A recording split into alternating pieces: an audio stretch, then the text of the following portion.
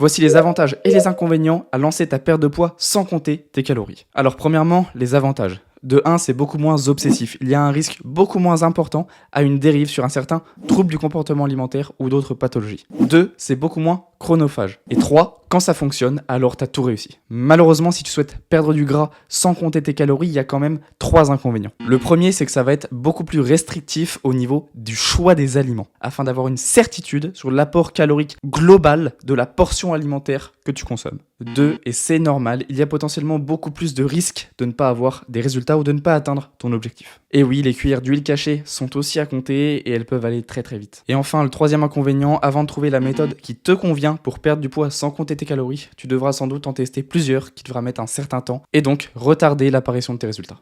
Maintenant, perdre du poids sans compter ses calories, ce n'est pas impossible. Bien au contraire, avec une bonne méthode, c'est tout à fait possible. Et si tu souhaites savoir comment faire en moins de 30 jours, j'irai